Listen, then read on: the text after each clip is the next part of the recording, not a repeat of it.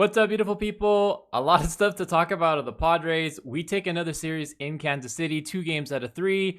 Really could have possibly been a sweep. Matsui fricks it up in the end, but still taking 2 out of 3 on the road again. We seem like we're a different team on the road. It's really good. I'm going to try and stay optimistic about it. A lot of injuries. We have a call-up. Our number 5 prospect, Adam Mazer, is coming up to pitch in Game 2 of the series against the Angels. We'll look at some of the injuries that we've had. Hi, Lucy girl. And my thought on just, letting the kids play. Now's the time with the injury bug. Usually June, July, people start dropping like flies. So we'll look into that a little bit, and then we'll look at the upcoming matchup with the Angels and to finish up our road trip. Let's do this. I know I've said it for 20 plus years, but I got a feeling this is the year. God, Tatis is such a sexy guy. Keep the faith, baby. 1 year soon, the baseball gods will smile on the San Diego Padres, and we will have a parade. Stay vibrant, Friar Faithful. And now your handsome host, Beto Diaz on Friar Field Talk. So jumping right back into it, I'm going to do a little bit of recap of the Royals series. Obviously, we played pretty good. Had a lot of games where we looked really good offensively from the start. Last game was kind of a bum, kind of a I don't know, a buzzkill, We had a lead going into that 9th inning, and we weren't able to hold it due to some questionable bullpen management from Mike Schilt over this past couple of games.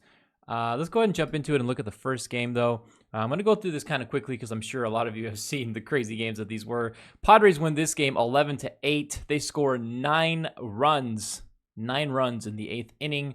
Obviously, that was powered by 11 hits in the inning from our boys. Just insane shit. I'm going to play that for you really quickly right here. Put it together here. Watch the volume. I'm so sorry. So we enter this inning trailing 3-2. Cease had pitched a decent game here so far. Was able to get some timely outs, but was on the hook, unfortunately, going down 3-2. But man, oh man, bases loaded. Cronenworth gets us started with the base hit up the middle. That brings in 2, gives us the winning, not gonna say the winning run because my God, this game had some action in it at the end. But really good piece of hitting there from Cronenworth. Sets us up with the lead to start. Machado follows up and takes a little nice easy loop to left field, brings in 1 as well. Good stuff from Machado there. Back it up here. Solano with a really good series against Kansas City. I think he goes 6 for 11. Really good piece of hitting from Solano. Doesn't try to do too much. Finds anywhere on the outfield, left, center, right, doesn't matter. He's looked really good so far. A really good series from him. Merrill follows it up with a knock to the right field. I mean, it was crazy, man. It felt like everyone up there was going to get a hit. It was insane. Obviously, we set the franchise record there with 11 hits in the inning. Arias with a 4-hit day. Unfortunately, Arias does go down to an injury in Game 3 against the Royals. Said it was precautionary and he'd be back in the lineup. However, I looked at the Padres lineup already for today and he's not in it. Hopefully it's just a rest thing, nothing too crazy, and we can get him back because he's obviously a crucial part of this lineup. Profar as well with a nice piece of hitting, and you're like, man, we could save some of these runs for tomorrow. Yeah, that was not the case. Kansas City comes storming back in the fucking 9th inning. Decides to put in Kolek, who I have seen enough of Stephen Kolek. I'm sorry. I mean, he's probably a great guy. It's business. You're shit. I need you off my team. You're awful. There's no spot for him. The Royals claw back and score 5 in the 9th. I want to show the video. I'm sure all of you have seen it. My heart was in my hands and my stomach because we had a 11-3 lead entering the inning, and the Royals just kept stringing up hits against Kolek, having to bring in Suarez. Kind of a shitty thing here, which ends up being detrimental to us in the end. I'm going to show this play here. Set up the tune a little bit. Sorry, I know that got a little loud. Obviously, Suarez comes in. He actually allows a hit before this to bring in another run. Runners on first and second with 2 outs, and now a 3-run game. After you saw all those highlights, I'm sure you've seen this, but it was fucking crazy. I had my family over. We were watching the game, and I could not believe. I thought that this was the moment where our season was about to collapse. Velasquez comes up, and look at that hit. and you're telling me that ball doesn't go out? As a Padre fan, we have seen this in our nightmares from, it doesn't matter who it was, Ryan Braun, Soto at the wall last year. You just knew that that ball was going to get out. And for some reason, it didn't. It dies in left. Azokar camps under it. Holy shit. We escape. Could not believe that we even got in this situation with how bad Kolek was pitching. Tatis, like, holy shit. Bryce brushes the freaking sweat off of him. Arias also, but a really good win for our boys. Show some really good shit offensively, obviously, with the record-breaking 8th inning. Padres win this game 11-8. I said before, Cease pitched a pretty good game here. He goes 5 1/3 innings, 5 hits, 3 earned runs, 1 walk, and 5 Ks. Not a bad day at the office. Obviously, for his standards, he could be better. But we move on to game 2, and we also get another good one. Going back to the injury bug, though, Padres lose now 2 starters in their rotation. We lose Darvish to a hamstring tightness issue. We put some retroactive on the IL. He's going to be out at least another week and a half. And the bigger one was Joe Musgrove. Musgrove, who I had speculated over the past couple of videos that I wasn't sure he was quite right. He's go back on the IL with tinnitus in his triceps and elbow area. So whenever you hear that, you think, oh, fuck. So this is obviously now his 2nd stint with the same injury. So a little concerning. Not really fucking happy about it. But Vasquez makes a spot start here, and he finally has a really good game. Plays competitive baseball and gets us to a spot where we have a chance to win. Goes 5 innings, allows 4 hits, 3 earned runs, 1 walk, 5 Ks, and does allow the 1 home run. But again, Padres from the beginning, El Nino's starting to heat up a little bit. He's now running a 9 or 8 game hit streak. Homers to start us off here in this game to give us a 1-0 lead to begin the game. And Vasquez did good enough. He pitched pretty good. We do go back down 2-1. Ha-Seong Kim comes up with the big play of the game. Let me find it here. Sorry. Go back to scoring. It was good to see Kimmy Boy come back out of it. Obviously not been the greatest so far this year, but he gets the big double in the 4th inning. To elevate. Play here. I'm sorry, the volume is so loud. Bases loaded here in the top of the 4th in a big spot of the game. 2-1 count with 1 out. Padres are obviously trailing 2-3. Kim doesn't try to do too much with it. Ball gets way too much in the middle of the zone and goes with it to left center. Clears the bases. Padres take a 5-3 lead at this point. Bullpen does its job. Gets in a little bit of a hiccup with Estrada, who obviously lost his his streak. Higashioka also does homer, and Profar adds on in the 9th to make it a 7-3 game. But a little less stressful of a game. Pretty good. Morejon comes in and pitches 1 2/3. Morejon has been fantastic. He now lowers his ERA to 1.93. Estrada as well has been really good. Obviously did allow the 2 hits and a walk. Was able to get out of trouble with the 2 Ks. Wandy comes in and gets out of the inning. And then Suarez comes in again. To me, Kolek fucking up in game 1 really fucks us up for game 3. I'm going to show that here now. Padres lose this game 4-3. Kansas City comes back and scores 3 runs in the 9th inning.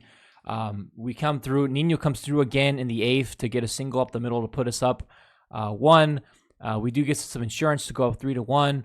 But this game just had that feel to it where it was like, oh, man, because of how bad Kolek shit the bed and having to bring in Suarez when you were up 11-3, and then also bringing in Suarez in that game 2 when you're up 7-3 with a 4-run lead. A little bit of questionable from Mike Schilt. I saw a lot of shit about him on Twitter. I'm going to have to agree with you guys. I think it was really bad bullpen management from Schilt. One of the first times in a couple of series now where I think Schilt obviously didn't cost us the series, but he definitely, I believe, cost us the sweep. Matsui had been pitching pretty good. Was kind of gaining back his confidence, obviously, in that 7th, 8th inning role. So I know with pitchers sometimes messing up their rhythm and the idea of when they're going to come in the game. Matsui obviously comes in here for the save, and from the get-go, it does not look good. Allows a couple hits. The major one is a bases clearing triple with nobody out in the inning, and you pretty much saw the writing on the wall. Really crappy from Matsui, who had been looking really, really good, but I don't really want to write him off. I don't want to give him too much blame for this game. I know a lot of people are going to choose to do that, which is rightfully so, but, you know, I mean, he allowed the hits and the runs and lost us the game. but I never thought he should have been in the game to begin with. A little bit of better management from Schilt in games 1 and 2s would have put Suarez in a situation where you're having a 2-run game to possibly take a sweep. A lot better spot for him. But there's a lot of people you could blame. I blame Kolek mostly. You could blame Schilt. You could obviously blame Matsui for this one. But not a bad game overall. Michael King continues to do really well. He goes 7 innings in this game, so allows 4 hits, 1 earned run, 2 walks, and 4 Ks. Enel actually comes in and doesn't allow a home run. Jesus Christ, it seems like every single time he comes in lately, he allows a home run. But yeah, really bit of a heartbreaker here for the Padres. Talking about, again, that injury bug, like I had mentioned before. Now we'll have Musgrove and Darvish on the IL. And Arias tries to go and extend a hit that he gets to put us on the tie of the game again in game 3. Tries to extend it to a double, and he's get gunned at second, and he kind of like jams his arm a little bit. He was removed from he stayed in the game for defensively the next half inning, but they took him out after that. After the game, they said it was just precautionary and that he'll be fine and be in the lineup tomorrow. But obviously, like I said earlier, he's not in the lineup today. So I'm hoping it's just precautionary. I'm hoping that he comes back because we definitely need him. I'm going to jump in again and talk about, I know this video has a lot to it. I'm going to try and do as fast as possible. Our newest call-up, this guy right here, Thomas Nestico, does a lot of really good stats for baseball.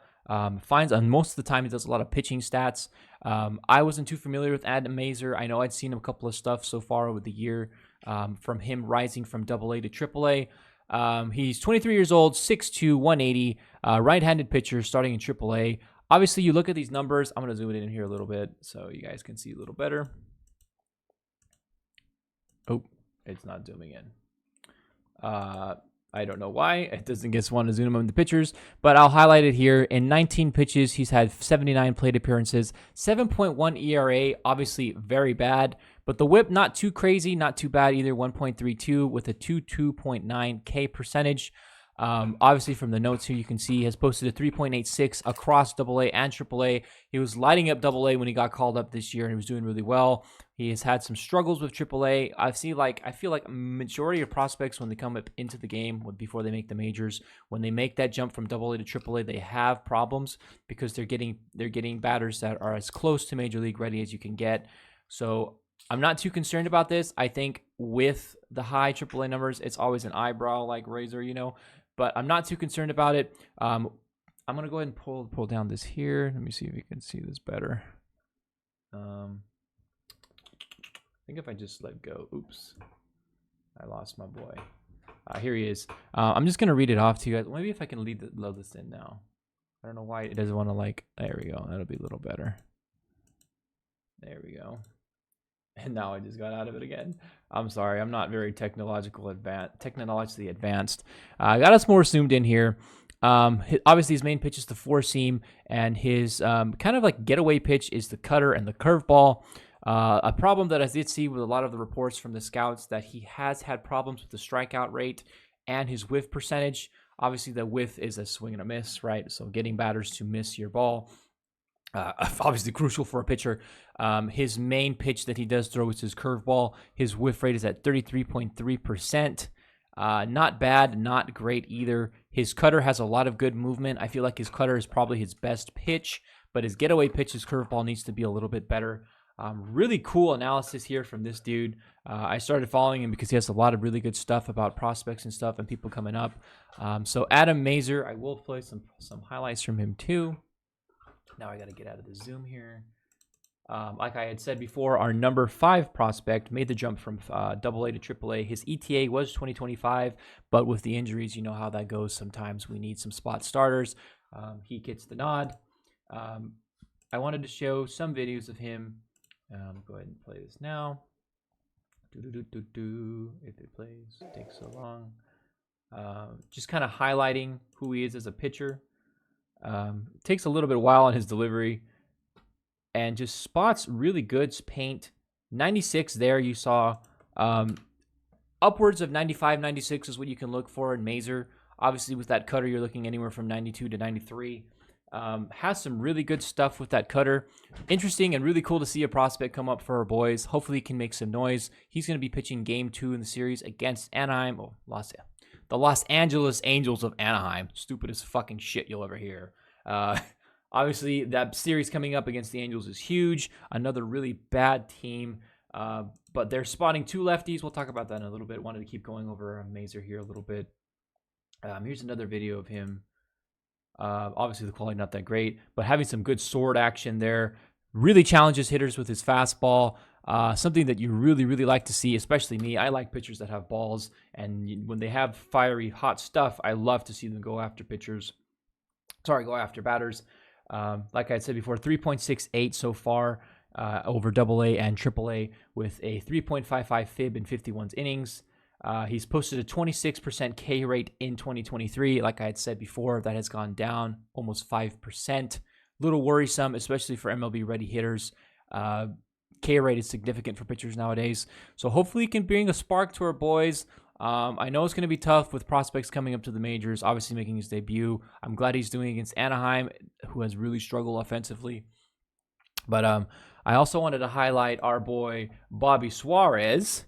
Moving on now. Bobby Suarez wins the reliever of the month. 7 for 7 on save opportunities with a .73 ERA.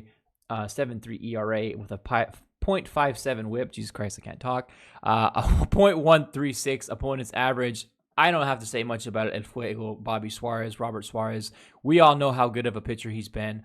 I could go on and on saying how well this guy is, and the attitude and the approach and the energy he brings to our team.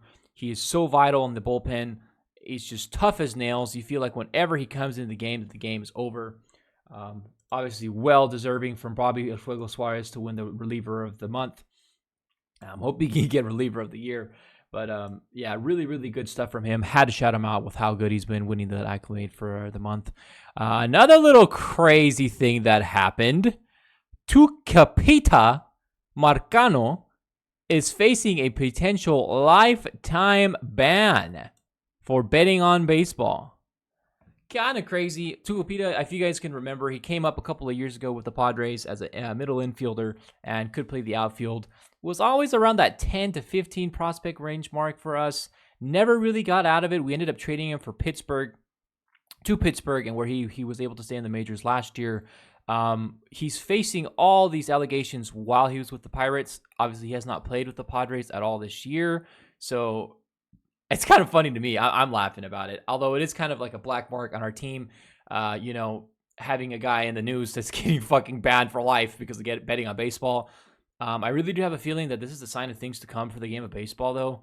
I'm pretty sure that there's going to be a lot more gambling probe into a lot of pitchers and batters in baseball. With gambling, how big it is now, I predict that this is going to be just the first step of many. Obviously not really good for the game. Not very good. It's horrible for the game, having people bet on themselves or bet against themselves to ruin the game of baseball. But I do have a feeling this is a sign of things to come. So a little bit of a black mark for us there with Tucupita. I'm not really tripping too much because he was never really anything for us. I mean, if he can't make our roster how it is now, I don't really see this guy ever being... Well, obviously, he's probably never going to be fucking baseball again because he's fucking banned. But kind of a fucking shitty thing to wake up to and you see this. Oh, shit. We got a guy. I mean, Otani's still rent-free, though. I don't know. Ipe. Oh, it's his translator. Too bad this guy knows English. I could have blamed it on the translator, too. But, yeah, kind of interesting stuff there. Hopefully not much more comes out of that. I mean, obviously, I'm not stressing it too much because he has not played for our boys. But, yeah, injury bugs, like I said before.